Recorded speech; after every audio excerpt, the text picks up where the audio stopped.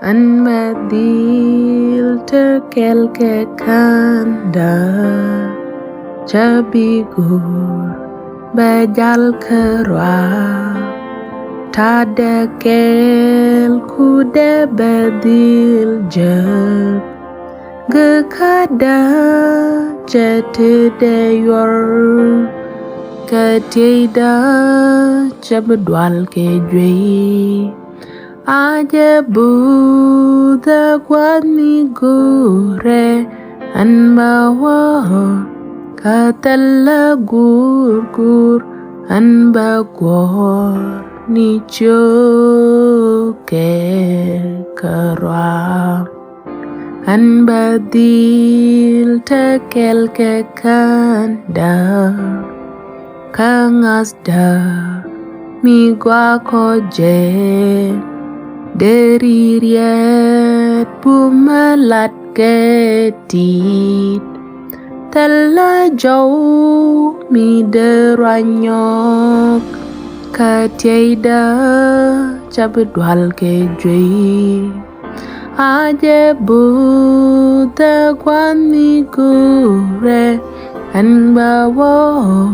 katala gur An bagor ni ke kerwa An badil tekel ke kanda Tekada mi wakewa Ray toli kena ray chang Ray ring ni kena kuri Ketiida cabdwal ke jwe Aja buda gwani gure An bawa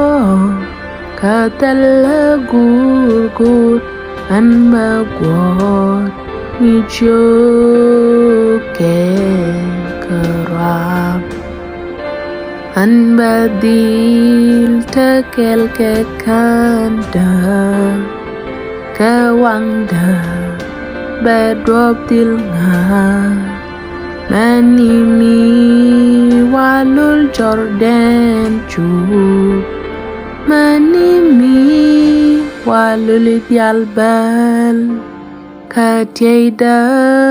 cabdwal ke jwe Aja buta gwani gure